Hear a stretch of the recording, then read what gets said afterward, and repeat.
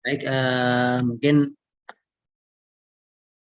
kaitan dengan rekrutmen ASN ini, mungkin ini kami mungkin dari Badan Kepegawaian dan Diklat Kabupaten Garut, dalam hal ini mungkin bidang kami yang memang secara teknis terkait dengan penyiapan bahan atau rumusan kaitan dengan pengadaan ASN di lingkungan pemerintah Kabupaten Garut.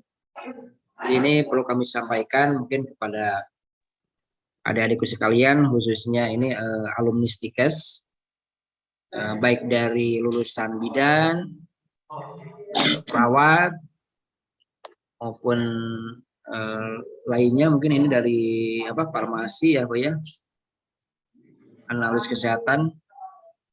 Jadi ini dasar kami untuk pelaksanaan pengadaan ASN. Jadi Undang-Undang 5 2014 tentang ASN, yang mana ASN ini terbagi menjadi dua. Jadi ada PNS, ada P3K. Jadi perlu kami sampaikan, jadi ASN ini ada dua macam, ada PNS dan ada P3K. Kalau PNS ini berdasar PP 11, kalau untuk P3K ini dasarnya adalah PP 49. Jadi bedanya kalau CPNS nanti akan mendapatkan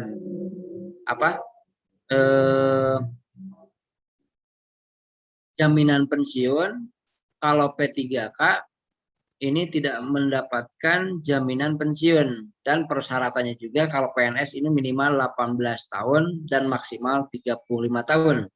Kalau untuk P3K ini minimal 20 tahun, maksimal 1 tahun sebelum batas usia pensiun.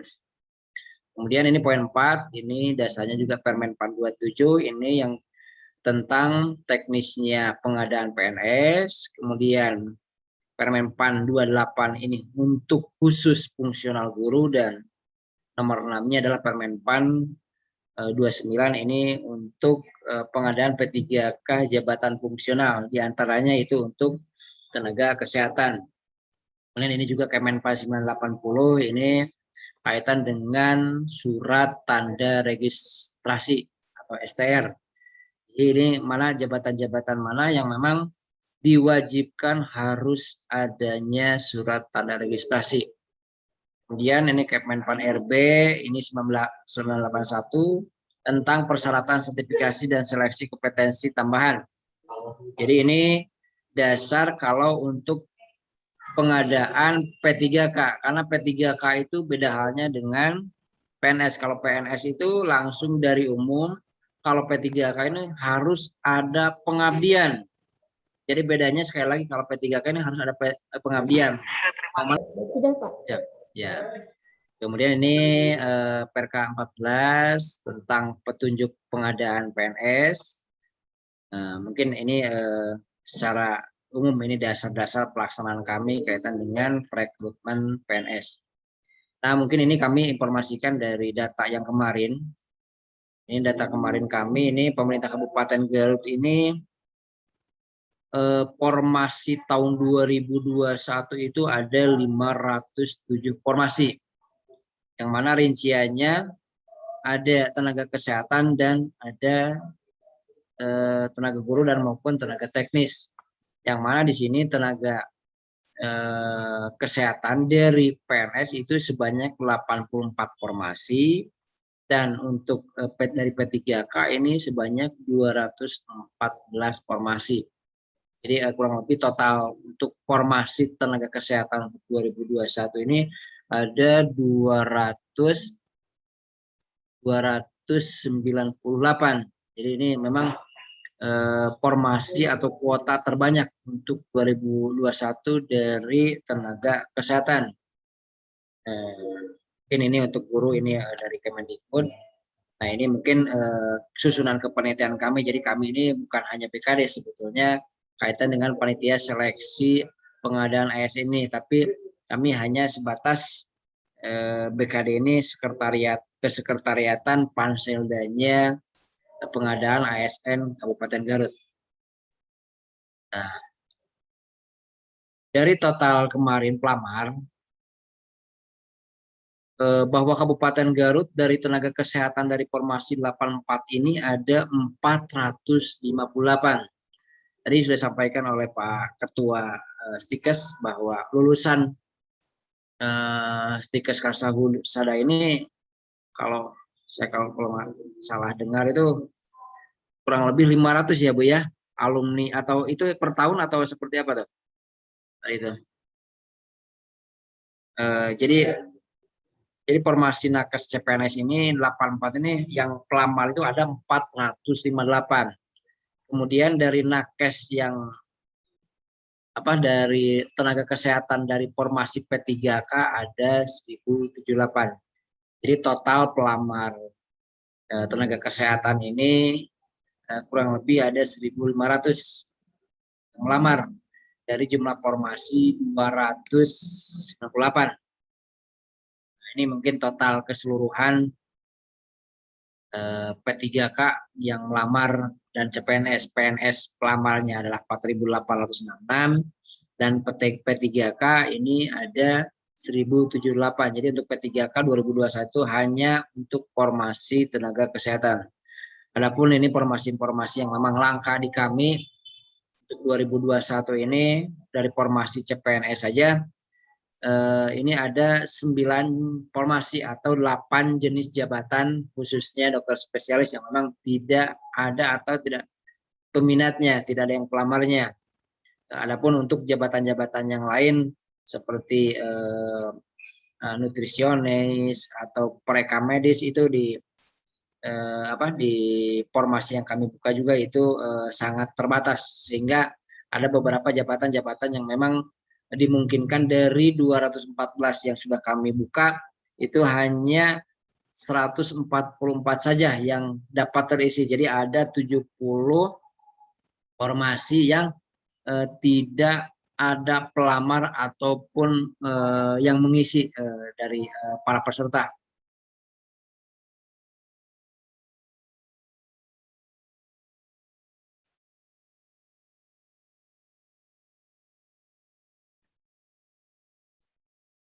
Kemudian ini dasar kami untuk pelaksanaan sudah saya sampaikan tadi bahwa pengadaan ini mengacu kepada Permen PAN 27 2021 kaitan dengan pengadaan ASN. Mungkin ini arah kebijakannya bahwa kita sudah di RPJM 4, itu memasuki RPJM 4, yang mana di sini nanti bahwa ASN ini di 2024 ini menghasilkan ASN yang Smart ASN 2024, berintegritas, nasionalisme, profesionalisme, wawasan global, IT, hospitality, networking, dan entrepreneurship. Jadi ini ada beberapa nanti istilahnya diharapkan bahwa ASN ini Smart ASN di tahun 2024. Adapun kaitan dengan nanti rekrutmen persyaratan CPNS ini, kita mengacu kepada peraturan pemerintah nomor 11 tahun 2017 tentang manajemen pegawai negeri sipil. Ini mungkin tadi sudah disebutkan juga oleh kami bahwa untuk pelamar PNS ini serendah-rendahnya 18 tahun dan paling tinggi usia 35 tahun, kecuali formasi-formasi tertentu, yaitu bisa sampai 40 tahun. Dokter spesialis, nah itu persyaratannya bisa sampai 40 tahun usianya. Adapun persyaratan lain yang memang ditetapkan oleh PPK ini adalah Bapak Bupati sebagai pejabat pembina kepegawaian, yang mana kami sebelum pelaksanaan pengadaan ASN pasti membuat sebuah pengumuman aturan main bagaimana tata cara penerimaan pegawai baik PNS maupun P3K di instansi pemerintah. Nah, ini ada beberapa hal persyaratan. Mungkin persyaratan khusus, ini khusus untuk CPNS. Kami ulang, ini nanti kita di breakdown dengan sebuah pengumuman, karena pengumuman ini, persyaratan ini tiap kabupaten kota itu mungkin ada lokalan persyaratan yang memang menjadi persyaratan tambahan sesuai dengan kebutuhan di kabupaten kota yang akan menyelenggarakan penerimaan ASN. Ini mungkin beberapa persyaratan khusus. Jadi sekali lagi mungkin kami informasikan, ini ada kaitan dengan kualifikasi. Kualifikasi kemarin mungkin dari rekan-rekan pelamar, khususnya dari Nakes, ada yang memang dia sudah D4, misalnya bidan formasi D4, tapi dia melamar ke D3 karena STR-nya sudah D4, sehingga itu juga bagian dari kendala bisa potensi tidak memenuhi syarat. Jadi kami ulangi lagi, ada formasi D3 di kami misalnya bidan, sementara dia sudah D4 bidan dan STR-nya sudah D4, sementara STR D3-nya tidak diperpanjang.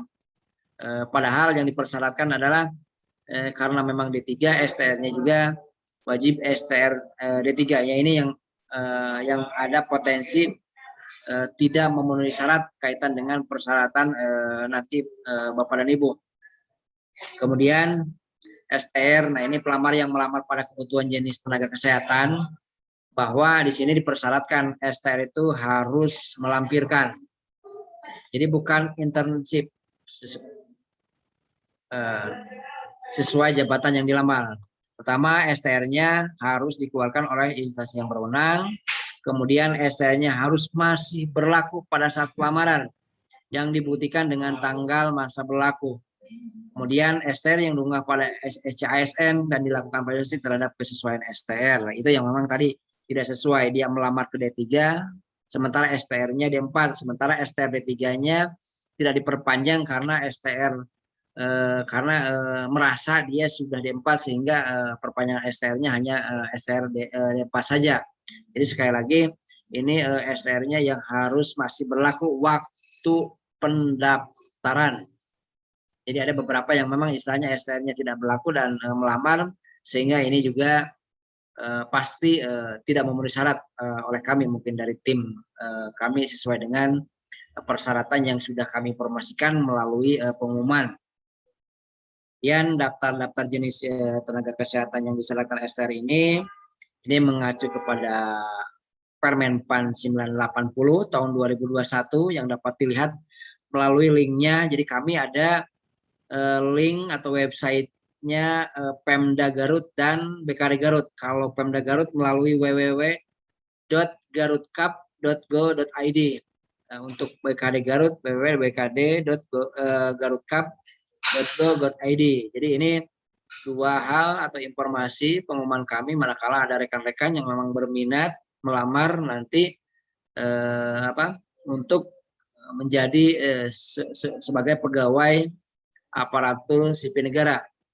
Adapun kaitan dengan indeks kumulatifnya, prestasi kumulatif, dan juga IPK, kami juga mengatur bahwa IPK sekurang-kurangnya atau minimal 2,75. Jadi ini juga kami dibatasi. Jadi yang di bawah 2,75 ini juga tidak kami perkenankan atau tidak bisa melamar menjadi seorang ASN. Kemudian untuk lulusan D4 tidak bisa mendaftar pada formasi kualifikasi pendidikan S1 atau sebaliknya, kecuali pada kualifikasi pendidikan yang dibutuhkan terdapat pilihan tanda garis miring. Maksudnya di sini misalnya syarat untuk menjadi ahli bidan. Ahli bidan itu syaratnya misalnya di persyaratan itu kalau misalnya kita hanya D4, sementara misalnya ada yang S1, kalau dipersyaratkannya hanya di kami pengumuman D4, berarti S1 tidak bisa melamar. Atau sebaliknya kalau persyaratannya S1, sementara kita hanya memiliki D4, itu juga tidak diperkenankan melamar, kecuali memang di persyaratannya S1 garing D4 kebidanan. Mungkin itu salah satu contoh saja kaitan dengan persyaratan. Kemudian ini juga formasi yang memberikan surat keterangan dari dokter, pemerintah, yang pasti ini menerangkan jenis dan derajat kedisabilitasannya. Ini kalau yang memang formasi dari disabilitas. Kemudian menyampaikan link video singkat yang menunjukkan kegiatan ini kalau disabilitas ya. Kemudian yang formasi kumlot, ini juga kita bisa memanfaatkan. Kumlot dapat dilamar oleh pelamar perguruan tinggi ini baik dalam maupun di luar, dengan catatan mempunyai jenjang pendidikan itu minimal S1 atau D4. Jadi pelamar kumlot itu ini tiket VIP, maksudnya hanya terbatas bagi orang-orang yang memang nilainya kumlot, akreditasinya A, maupun prodinya juga akreditasi perguruan tingginya A, dan maupun prodinya minimal terakreditasi A. Nah, ini mungkin persyaratan yang untuk apabila Bapak dan Ibu memang melamar dari formasi kumlot. Ini mungkin tips dan trik lulus SCPNS. Saya rasa mungkin kalau kaitan dengan trik, pasti mungkin rekan-rekan atau adik-adik sekalian, yang pastinya kita tidak lepas dari doa ya. Akan lari gunung dikejar, mungkin milik mah moal pahili sareng jeung moal dihili. Jadi yang biasanya kita kalau sebagai pelamar, pertama mungkin kalau yang sudah menikah tentunya kita minta restu atau doa dari pasangan kita. Tapi kalau yang memang belum mendapatkan pasangan, biasanya kita selalu minta doanya dari dari kedua orang tua kita. Yang pasti ini biasanya kita akan dimudahkan waktu tes pelaksanaan baik pendaftaran administrasi, seleksi kompetensi dasar maupun seleksi kompetensi bidang. Nah, mungkin ini tahapannya sebelum kita ini dipastikan ini kita harus bisa ini pengumuman yang dipastikan, karena tidak sedikit para pelamar ini tidak memenuhi syarat itu karena merasa pengumuman di Kabupaten A itu sama dengan di Kabupaten B, atau misalnya kita ada rekan kita melamar di Bandung, formatnya membaca di Bandung, merasa di Garut juga sama prinsipnya, padahal sekali lagi pengumuman itu beda instansi, kadang-kadang ada yang memang berbeda. Jadi sekali lagi dipastikan kita harus dicermati pengumuman atau aturan main, bagaimana apa yang diperlukan atau tata cara kaitan dengan pelamaran. Jadi sekali lagi dicermati, dipahami, diteliti kaitan dengan pengumuman instansi, karena pedoman Bapak dan Ibu nanti adalah yang kami pegang itu adalah pengumuman aturan mainnya. Kemudian ini juga harus diperhatikan pembukaan pendaftaran. Jadi karena kalau untuk pembukaan pendaftaran ini juga kami selalu menunggu instruksi dari pusat, karena memang ini karena ini agenda nasional kalau kaitan dengan rekrutmen ASN baik PNS maupun P3K. Jadi bukan lokalan Kabupaten Garut. Jadi ini yang harus diperhatikan itu kapan dibukanya, kapan ditutupnya. Kadang ada penerimaan gitu tidak memperhatikan kalau mau misalnya atau santai ternyata pendaftaran sudah ditutup. Nah, ini juga tidak sedikit orang tidak bisa melamar dikarenakan memang tidak mencermati awal pendaftaran dan akhir pendaftaran. Kemudian ini pembukaan akun mungkin menggunakan akun dan Bapak dan Ibu melalui nanti sesuai dengan pengumuman kami, di pengumuman akan masuk melalui SSCASN-nya BKN. Jadi ada link atau misalnya ada link masuknya kemana kita melamar atau mendaftar. Jadi di era digital ini tidak ada lagi istilah dokumen manual. Ini serba online pendaftarannya. Jadi sudah tidak lagi ada berkas datang ke kami atau ke kantor pos mengirimkan surat. Jadi sekali lagi ini melalui online semuanya.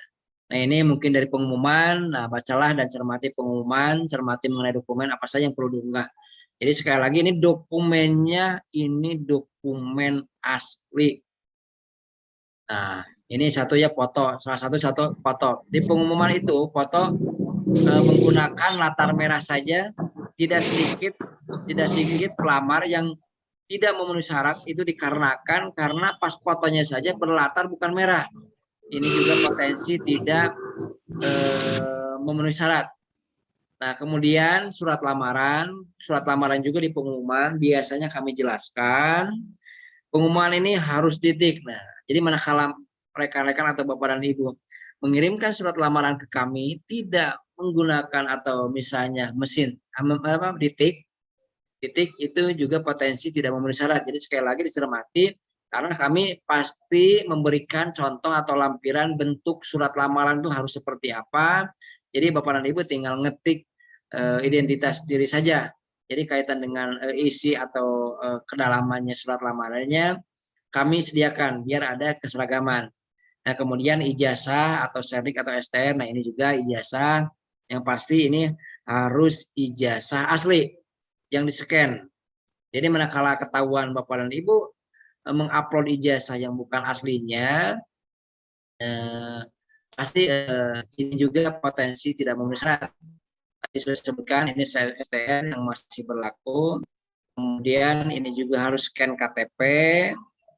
Nah, KTP ini yang pastinya KTP elektrik atau elektronik yang sudah online atau terintegrasi dengan Disdukcapil. Dan apabila misalnya Bapak dan Ibu belum memiliki KTP, mungkin ada surat keterangan dari Disdukcapil kaitan dengan masih proses atau belum keluarnya editat diri sebagai pengganti KTP. Ini juga transkrip nilai, ini dipastikan transkrip nilai ini terbaca dengan utuh. Jadi jangan sampai scan transkrip nilai yang melegalisasinya atau melegalkannya itu terputus atau terpotong atau tidak terscan. Ini juga potensi tidak memenuhi syarat.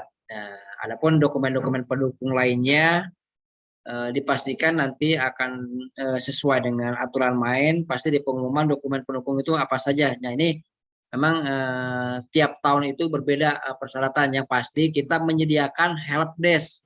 Help desk kami itu baik melalui telepon maupun IG atau Twitternya BKD Garut kaitan dengan apabila misalnya kita masih ada ragu, kami menyediakan help desk bagaimana atau apa saja apa yang memang perlu kita konsulkan. Jadi jangan sampai kita kebingungan persyaratan sementara kita tidak bertanya, dan kami sudah siapkan nanti help desk kaitan dengan pengadaan ASN ini.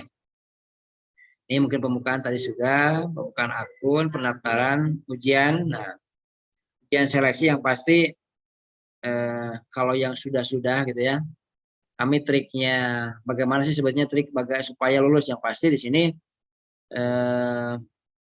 kita tadi selain berdoa, kita yang pastinya berlatih, baik itu melalui bimbel online atau seperti apa, yang pasti kita ada latihan kaitan dengan bagaimana sih menghadapi baik seleksi kompetensi dasar maupun seleksi kompetensi bidang. Jadi kami informasikan, jadi tahapan itu ada seleksi administrasi. Nah, ini seleksi administrasi ini kaitan dengan persyaratan. Ada seleksi kompetensi dasar. Nah, jadi tahapannya kalau sudah administrasi lulus, baru kita ikut seleksi kompetensi dasar. Nah, dari seleksi kompetensi dasar nanti diurut lagi. Jadi mana berdasarkan jumlah formasi. Kalau formasinya 1 berarti hanya 3 orang saja yang ikut SKB, seleksi kompetensi bidang. Kalau formasinya 2 berarti yang dihadirkan 6. Jadi 2 kali 3 formasi kaitan dengan peserta yang akan mengikuti seleksi kompetensi bidang. Ini juga ini salah satu bentuk pengumuman kami yang sudah kami sampaikan di 2021 kemarin, mulai dari KTP, kemudian materai. Ini tanpa materai saja Bapak dan Ibu sudah bisa tidak dipastikan tidak bisa mengikuti kalau memang tidak ada tidak dilengkapi kaitan dengan surat lamaran asli yang ditujukan kepada Pak Bupati. Nah, ini harus langsung kepada Pak Bupati Garut. Jadi kadang-kadang ada yang merasa ya udahlah lamaran mah seperti ini, tidak ini. Jadi sekali lagi ditegaskan, tujuan surat saja harus rinci. Surat lamaran asli ditujukan kepada Bupati Garut, ditik dan menggunakan komputer berbaterai 10.000. Jadi apabila ada unsur ini tidak terpenuhi, ini dipastikan Bapak dan Ibu tidak memenuhi syarat. Kemudian ijazah asli sesuai dengan kualifikasi pendidikan tambahan khusus ini, rasib nilai, STR, pas foto, kelas A. Ini mungkin salah satu bentuk persyaratan yang untuk penerimaan ASN ini melalui HHTPS-nya sscasn.bkn.go.id. Kemudian ini yang biasa kami layani, beberapa kesalahan dokumen sehingga tidak lulus administrasi, yang pastinya dicermati manakala kita pelamaran. Ini biasanya yang pertama, yang peringkat paling banyak tidak memenuhi syarat itu karena akreditasi perguruan tinggi atau prodi studi. Misalnya di sini stiker sahusada ini, apakah di ijazahnya sudah tercantum akreditasi perguruan tinggi atau prodinya atau belum. Jadi kalau memang belum, tolong nanti dilengkapi dengan sertifikasi akreditasinya. Tapi kalau sudah tercantum baik akreditasi perguruan tinggi maupun akreditasi program studi, kalau sudah terakreditasi di ijazahnya tercantum, itu berarti tidak perlu lagi melampirkan sertifikasi tambahan. Jadi cukup ijazah saja. Kemudian ini surat lamaran juga ini banyak sekali, itu walaupun hanya surat lamaran itu ya tadi yang kami sampaikan, karena tidak pakai materai, karena ditulis tangan, karena tujuan suratnya tidak jelas, surat tujuan jabatan yang dilamarnya tidak jelas, ini juga potensi tidak memenuhi syarat. Kalau ijazah ini dipastikan resolusi juga bagian dari yang perlu Bapak dan Ibu perhatikan, karena manakala Bapak sudah upload, karena sudah upload, tahu-tahu kami sebagai tim verifikasi tidak bisa membaca, ini juga bagian dari tidak memenuhi syaratnya, persyaratan Bapak dan Ibu. Mungkin itu yang dapat kami sampaikan. Terima kasih. Monggo pilih ada rekan-rekan atau Bapak dan Ibu ada pertanyaan. Terima kasih. Wassalamualaikum warahmatullahi wabarakatuh. Waalaikumsalam warahmatullahi wabarakatuh. Terima kasih Pak Denny yang sudah memaparkan terkait dengan bagaimana penerimaan dan persyaratan penerimaan ASN khususnya untuk di Kabupaten Garut. Bagaimana teman-teman, ada yang mau ditanyakan atau mau didiskusikan dengan Pak Denny? Kebetulan sudah bergabung dari tadi Pak Denny. Kalau untuk di Garut sendiri, kalau pengalaman dari tahun kemarin, bagaimana Pak untuk antusiasme dari tenaga kesehatan Pak untuk mengikuti seleksi ASN ini Pak? Oh, ini suaranya tidak, Bu. Kamu bilang, Bu? Suaranya kecil. Suaranya tidak jelas. Kecil, Bu. Kecil. Rada ngosom, Butan, rada berdengung. Kurang kontras, kurang. Ya, sebentar.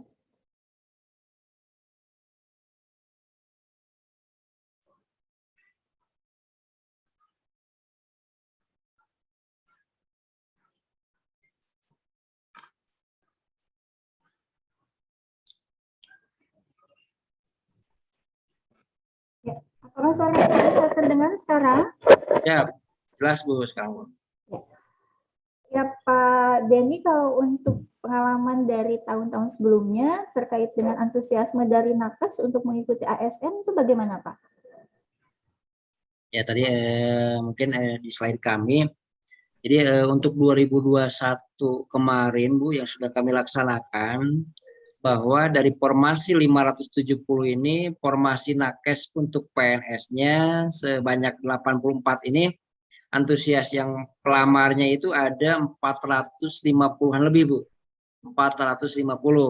Adapun dari P3K itu berarti pelamar yang sudah memiliki pengalaman kerja, Bu. Jadi kalau memang yang memang baru itu tidak bisa melamar ke formasi P3K karena harus ada syarat dia sudah memiliki pengalaman kerja itu sekurang-kurangnya 3 tahun. 3 tahun sesuai dengan Kepmenpan 981/2021. Nah, kemarin dari formasi 214 yang melamar itu ada 1073. Ada formasi yang melamar itu ada 1778. Dari 1078 ini yang 1078 ini yang memenuhi syaratnya hanya 689. Makanya ini lumayan banyak ini 40%-an yang tidak memenuhi syarat. Jadi kan sayang sekali. Jadi sayang sekali manakala kita ada kesempatan, ada formasi, ada penerimaan, karena satu hal yang memang bisa dianggap sepele menurut kami, misalnya foto saja yang dikirimkan karena gara-gara latar belakangnya tidak merah, ini juga kita tidak kita ikutkan. Kenapa memang seperti itu? Karena memang kami mencari calon-calon ASN yang teliti, Bu. Jadi kalau misalnya masa gara-gara foto saja tidak lulus, ya tidak seperti itu karena memang aturan mainnya memang seperti itu. Jadi sekali lagi untuk nakes, ya alhamdulillah gitu Bu ya, alhamdulillah jumlah pelamarnya ada kurang lebih 1.500 dari formasi 298 ini. Iya. Jadi itu ya teman-teman semuanya, jika mau melamar untuk formasi PNS tadi yang disampaikan oleh Pak Denny bahwa ingin memiliki ASN yang profesional, dan cara cirinya itu tadi ya Pak ya, dengan teliti mulai dari pada saat mengupload apa yang harus dibutuhkan sesuai dengan persyaratan itu harus betul-betul diteliti. Jadi jangan menyepelekan ya Pak ya, meskipun hanya sekedar foto yang tadinya harus berlatar merah, ini malah berlatar biru gitu ya Pak ya.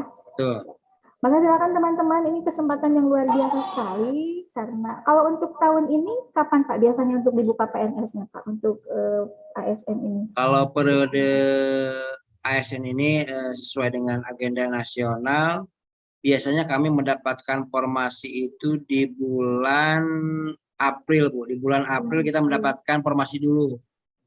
Jadi April formasi dulu. Jadi kami rencana usulan tahun 2022 ini lumayan banyak. Ini ada dari nakes, ada dari kesehatan, dari pendidikan, atau dari teknis lainnya, Bu. Jadi insya Allah 2022 ini masih ada kesempatan untuk tenaga kesehatan. Memang untuk kesehatan tahun 2002 ini kurang lebih 100 formasi untuk baik kita usulkan, tapi kita masih usulan, belum penetapan. Jadi memang kita sudah usulkan untuk 2022 ya sekitar bulan April kita sudah ada pengumuman hasil penetapan formasi dari Kemenpan RB. Iya. Jadi teman-teman yang ada di Zoom ini mungkin bisa mempersiapkan ya nanti formasinya di bulan April 2022. Jadi ketika SPR sudah turun, ijazah sudah turun, mulai dari sekarang di-scan ya, di-scan segala kebutuhan yang dibutuhkan untuk persyaratan ASN, segera untuk di dalam satu folder mungkin ya Pak Denny ya, nanti ketika sudah ada pengumuman, kita udah nggak bingung lagi nih Pak ya, tinggal nanti mungkin tulis tangannya. Kalau untuk yang ditujukan ke bupati itu ditulis tangan atau diketik Pak? Ini harus diketik Bu.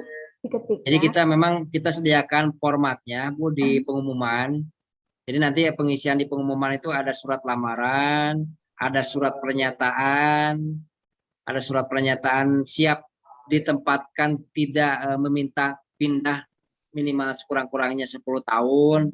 Itu kita siapkan Bu. Itu kita siapkan format-formatnya ya. Jadi rekan-rekan nanti bisa di-download di pengumuman resmi kami di BKD Garut Cup.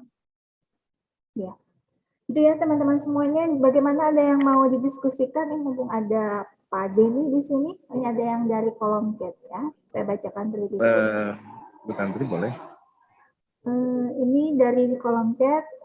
Assalamualaikum, izin bertanya, untuk mengikuti CPNS harus memiliki pengalaman 3 tahun bekerja Dan apakah berarti yang baru memulai bekerja 1 tahun tidak bisa mengikuti tes tersebut? Ini dari Rati. Mangga Pak, silakan. Sepertinya dari D3 keperawatan nih. Silakan, Kalau Pak. untuk PNS ini tidak ada persyaratan pengalaman kerja, Bu. Jadi persyaratan pengalaman kerja ini hanya untuk formasi P3K. Ya, karena kan P3K itu tahapan pengangkatannya tidak ada lagi calon P3K. Kalau PNS ini ada calon PNS, ada PNS, uji kom, baru fungsional ke PNS-annya yang dia lamar. Misalnya kalau kita formasi bidan atau perawat, dia itu diangkat itu bukan perawat tapi calon perawat. Tapi setelah 1 tahun, sudah setahun baru jadi PNS perawat, tapi masih calon perawat. Nah setelah itu baru uji kom dan baru menjadi perawat seutuhnya atau fungsional perawat. Nah kalau P3K ini dia itu tidak ada tahapan calon P3K, tidak ada uji kom, tapi dia sudah menjadi profesionalitas atau profesional fungsional perawatnya. Jadi langsung tidak ada tahapannya lagi. Makanya untuk P3K ini dipersyaratkannya dari peserta yang sudah memiliki pengalaman kerja, baik di pemerintah maupun di swasta. Itu ya Tati ya, jadi mungkin yang Rati tanyakan itu lebih ke jadi P3K ya. Kalau untuk ASN mau sekarang pun misalkan nanti 2020 mau melamar pun tidak apa-apa. Tapi kalau misalkan untuk formasi yang P3K itu harus ada pengalaman bekerja 3 tahun. Kalau boleh tahu Pak, perbedaan antara P3K dengan ASN apakah di jenjang karirnya ataukah apa kan kalau ASN otomatis dia namanya ASN ya Pak ya, nanti mungkin dengan segala hak dan kewajibannya. Kalau untuk P3K ini bagaimana Pak? Ya, sebetulnya prinsipnya kalau status pegawainya, jadi ASN ini ada 2 Bu ya, ada PNS dan P3K. Kalau PNS ini memiliki jaminan pensiun Bu, dari haknya. Tapi kalau P3K tidak memiliki jaminan pensiun. Adapun kaitan dengan pola karir, kalau PNS ada pola karir, tapi kalau P3K ini sesuai dengan jabatan yang dilamar waktu pendaftaran. Ya, jadi misalnya gini Bu, kalau fungsional P3K ini dia bisa melamar di atas, di tengah atau maupun di bawah. Jadi bisa saja gitu, tergantung kebutuhan formasi yang dibuka, yang dilamar. Makanya untuk P3K ini tidak mengenal jenjang karir atau pola karir, tapi dia bisa melamar tanpa seperti PNS. Jadi berkarirnya di pertama dulu, di muda maupun di madya. Nah kalau untuk P3K sesuai dengan formasi atau kebutuhan organisasi ini butuhnya di jenjang apa nih kita dari P3K, makanya syaratnya juga berbeda. Selain pengalaman kerja, dia juga harus memiliki, kalau misalnya di jenjang ahli ini, di jenjang ahli madya misalnya, dia tuh harus memiliki sertifikat apa, atau di kualifikasi pendidikan di mana apa. Ini juga nanti persyaratannya berbeda. Cuman untuk saat ini P3K kami baru membuka lowongan dari fungsional yang memang jenjang pertama, sama seperti PNS, jadi belum ke tingkat menengah maupun tingkat atas formasi fungsionalnya. P3K itu singkatan dari apa Pak Punten? P3K itu pegawai pemerintah dengan perjanjian kerja. Pegawai pemerintah dengan perjanjian kerja. Jadi kalau untuk ASN ini nih ada pengetahuan, saya sering mendengar P3K, tapi kan ada mahasiswa juga bukan yang pertolongan pertama Bu ya. Kalau nakes kan mengenalnya pertolongan pertama Bu ya. Siap. Ya gitu ya teman-teman semuanya. Jadi misalkan kalau di sini Rati mau bekerja dulu nanti 3 tahun di swasta, ketika misalnya melamar pekerjaan dulu di mana dan mau pulang lagi ke Garut ternyata ada lowongan P3K bisa diisi ya Pak ya, karena ya sudah bisa selama dia memiliki pengalaman kerja baik di negeri maupun di swasta. Ya. Dan pertanyaan lagi gini Pak, kalau misalkan tadi Rati dari ya coba ya mahasiswanya lulusan kita coba antusiasnya gimana ya? Kok sepi-sepi aja dari mahasiswanya gitu. Karena sangat materi yang diberikan sama Pak Denny sangat bagus sekali, sangat diutarakan dengan sangat kompeten oleh Pak Denny, sangat disayang gitu kalau tidak dipergunakan kesempatan ini dengan baik gitu Bu Tanti. Iya, Coba betul. mahasiswa Mungkin aja Bu. agak malu-malu mungkin Pak Kami ya. Habib Mungkin Pak, saya alumni pancing Tiansa. dulu nih kayak tadi nih kalau udah dipancing Alumni nih mangga biasa. mahasiswa ini ya Pak ya, kalau udah dipancing dia bisa ini. Mungkin ini Boleh. ya. Mohon izin Pak, terima kasih Pak Dika. Pak Denny gini, kalau misalkan tadi nih Ratih, dia sudah jadi D3, kan sudah bekerja 3 tahun nih di luar, dan dia mau untuk formasi P3K. Tadi Bapak menyampaikan bedanya ASN yang PNS dengan P3K itu, kalau yang PNS dia ada jenjang karirnya mungkin dari 3A dan sebagainya gitu sampai golongan 4. Kalau P3K kan berarti sesuai dengan jabatan yang diambil. Kalau misalkan Ratih itu D3 keperawatan pada saat diambil, kemudian dalam jangka waktu 3 tahun itu dia pada saat misalkan udah dari P3K dia melanjutkan kuliah nih Pak ke S1-nya. Apakah selama Ratih sampai umur berapa 50 tahun misalkan tetap dia di D3 keperawatan yang diakuinya? Apakah seperti itu Pak?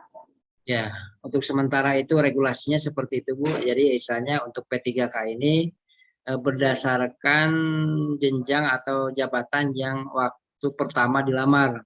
Jadi memang belum ada pola karir, tapi pengembangan karir ada, tapi pola karir belum ada, Bu. Oke, paham ya. Terima kasih. Oke, dari teman-teman yang lainnya, boleh silakan kalaupun Nanti mau boleh, saya. untuk berbicara, boleh. Mungkin bukan malu. Ini kenapa? Boleh dibuka dulu deh. Sepertinya harus ice breaking dulu nih.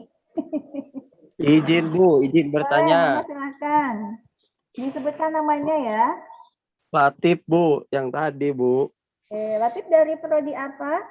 Farmasi Bu. Dari farmasi. Silakan Kang Latif. Pak Denny izin bertanya untuk yang tadi akreditasi Pak ya, itu kan ada hubungannya nanti ketika kita mau daftar CPNS kan harus upload akreditasi Pak ya, kalau nggak salah saya buka-buka tuh. Nah yang kita uploadnya tuh itu akreditasi kampus atau akreditasi sekolah atau akreditasi prodi. Nah itu yang pertama, dan yang kedua itu mempengaruhi nggak Pak kalau misalkan sekarang akreditasi misalkan A, B, C itu mempengaruhi nggak untuk persyaratan kita administrasi pengajuan CPNS ini Pak? Terima kasih Pak. Ya, untuk persyaratan akreditasi langsung aja ya jawab Bu. Maka silakan. Jadi untuk akreditasi, jadi kalau memang di ijazahnya tidak tercantum akreditasi PT maupun prodi, maka Bapak dan Ibu wajib melampirkan, karena kami tidak tahu ini akreditasi apa, apakah sudah terakreditasi atau belum. Mungkin ada salah satu perguruan tinggi yang memang saya rasa masih proses akreditasi, takutnya seperti itu. Makanya memang kami tidak melihat akreditasi A, B, C kalau untuk umum, kecuali untuk melamar yang formasi cum laude. Karena cum laude ini wajib dari perguruan tingginya A dan prodinya A.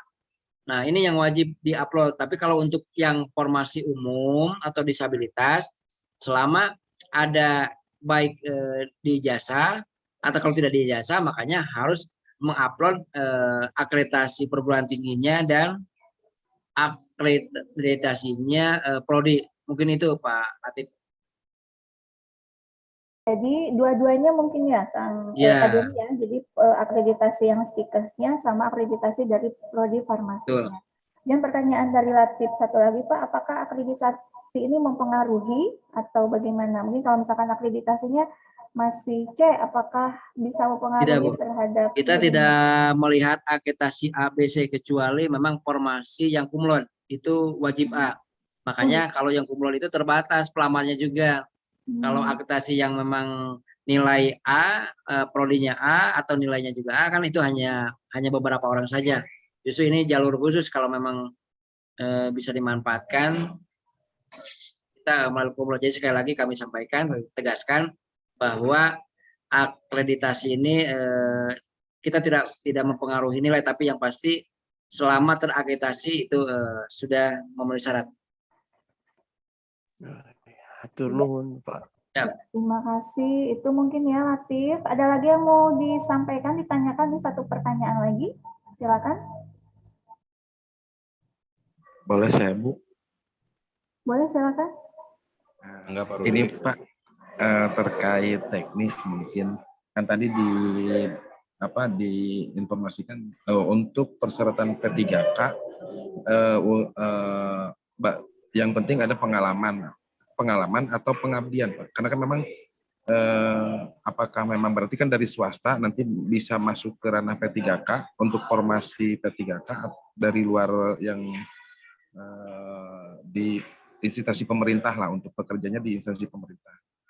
Apakah bisa? Terus yang kedua, keterkaitan tentang pengabdian yang P3K ini, apakah memang syarat setelah 3 tahun bekerja itu memang nanti harus dibuktikan dengan surat tugasnya dari instansi atau di fasilitas kesehatan, atau memang dari dinas terkait yang memang dinyatakan bahwa dia sebagai telah melaksanakan pengabdian selama 3 tahun di tempat fasilitas kerja itu. Karena memang ada beberapa hal mungkin yang hal teknis, hal demikian, apakah yang digunakan yang mana. Terus yang selanjutnya Pak, yang ketiga, terkait tadi Pak, betul bahwa memang ASN ini ada formasi yang memang diambil dari umum dan juga dari apa formasi itu, untuk apakah semua dari formasi itu biasanya ada 2, atau apakah untuk dibagi beberapa kriteria gitu Pak. Misalkan contoh ada yang dari internal untuk memang yang dia memang beberapa kategori pengabdian, apakah memang nanti yang formasinya untuk umum, atau memang kadang ketika formasi sekarang semua umum gitu Pak, tidak ada lagi formasi khusus seperti yang lampau-lampau, mungkin ada kategori 2 dan sebagainya. Mungkin itu aja Pak. Bagaimana Pak Denny? Maka silakan terkait dengan teknis. Baik, terima kasih. Ada 3 pertanyaan. Yang pertama kaitan dengan pengalaman kerja ya. Ini pengalaman kerja. Pengalaman kerja ini yang relevan. Misalnya bisa saja kan kita sebagai perawat atau bidan bertugas di klinisnya itu sebagai administrasi. Misalnya ditugaskannya kan bisa saja Bu ya. Kita sebagai nakes, tapi karena memang formasinya atau kebutuhan baik di instansi pemerintah maupun di swasta, karena memang sudah penuh, makanya kita beralih ke administrasi. Nah itu yang hati-hati nanti. Makanya harus jelas, harus relevan, harus sesuai. Kalau bidangnya bidang, kalau perawat. Bentuknya seperti apa manakala kita istilahnya pembuktian bukti pengalaman kerjanya. Ini di Kemenpan 981 memang kami tidak buka Kemenpannya. Nanti bisa rekan-rekan dibuka saja Kemenpan 981-nya yang isinya. Jadi nanti surat pengalaman kerjanya, surat keterangan pengalaman kerjanya ini harus dibuktikan kalau misalnya Bapak dan Ibu nanti misalnya mengabdi atau bekerja atau seperti apa, yang pasti bekerja di instansi pemerintah. Kalau di puskesmas itu nanti surat keterangannya dari kepala dinas. Kemarin lebih dari 100 orang tidak memenuhi syarat karena surat keterangan pengalaman kerjanya itu dari kepala puskesmas. Sementara di persyaratannya harus kepala dinas. Ini juga bagian yang memang harus diperhatikan. Kemudian yang kedua, kalau di swasta nih, kadang-kadang kan kita di klinis hanya misalnya Bapak dan Ibu itu bekerja buka praktek lah misalnya membantu melahirkan Bu. Kita punya praktek sendiri. Ini siapa? Nah, ini sekali lagi nanti itu sekurang-kurangnya harus surat keterangan dari direktur yayasan rumah sakit swastanya, harus dari direktur, atau sekurang-kurangnya dari divisi SDM atau HRD-nya. Makanya itu juga harus diperhatikan. Bagaimana kalau kita bekerja membantu jadi asistennya, melahirkan, itu sekali lagi itu tidak termasuk kategori yang dipersyaratkan kami. Makanya kalau memang banyak sekali yang memang saya bekerja di klinis yang memang notabene-nya itu yang hanya ya 1 orang atau tunggal, atau yang hanya 2 orang klinisnya, itu sekali lagi itu tidak ada manajemen berbadan, kalau istilahnya berbadan hukumnya, ini siapa direkturnya, siapa ininya, yang sekali lagi yang jelas-jelas dari yang memang ada direkturnya ataupun divisi SDM-nya, itu kaitan dengan pembuktian pengalaman kerjanya. Kemudian yang ketiganya kaitan dengan jenis formasi. Jadi jenis formasi ini bukan lokalan kabupaten, tapi ini memang arah kebijakannya secara nasional. Jadi formasi itu ada 3, ada formasi umum, ada formasi cum laude, ada formasi disabilitas. Ya, kalau disabilitas itu sekurang-kurangnya kita 5% dari total formasi. Kalau memang total formasinya kita misalnya 200, berarti kali 5 berarti itu 4 minimal kita harus membuka formasi untuk disabilitas. Kaitan dengan cum laude ini juga disesuaikan dengan apa? Dengan kebutuhan di daerah, apakah perlu nggak cum laude? Yang pasti kalau cum laude ini sesuai kebutuhan daerah. Kalau umum yang pasti mungkin bebas untuk yang lain. Itu mungkin Pak yang bisa. Ya, itu Pak Rudi ya, terkait dengan yang disampaikan mungkin tadi secara teknisnya ya. Ini satu lagi penanya ya Pak ya, sebelum kita beralih ke pemateri selanjutnya, ini satu pertanyaan lagi, ada di kolom chat. Assalamualaikum Pak, mau tanya kalau Bapak tahu, apa sih alasan PPK tidak memiliki pensiun, padahal kan sudah mengabdi lebih dari 3 tahun. Apa alasan kuat yang membedakannya? Ada seperti ini dari Asep Sukaria. Mangga silakan. Pak A. Siap. Kalau alasan yang kuat mungkin yang pertama kami dari undang-undang Bu ya. Kalau pertama kan dari undang-undangnya. Undang-undangnya kan jelas. Ya, perbedaan hak dan kewajiban PNS dan P3K. Kemudian kalau secara kita pahami kan P3K ini kan bisa melamar misalnya untuk formasi bidan itu atau perawat itu maksimal 58 tahun. Ini 57 tahun saja sudah bisa melamar. 1 tahun sebelum pensiun saja P3K bisa melamar. Jadi kapan saja misalnya ada tenaga profesi ahli, misalnya kami butuh dokter A misalnya dari yang lain Bu, kita bisa mengambil dulu untuk untuk merekrut yang dari luar, karena sebetulnya P3K ini pegawai pemerintah dengan perjanjian kerja.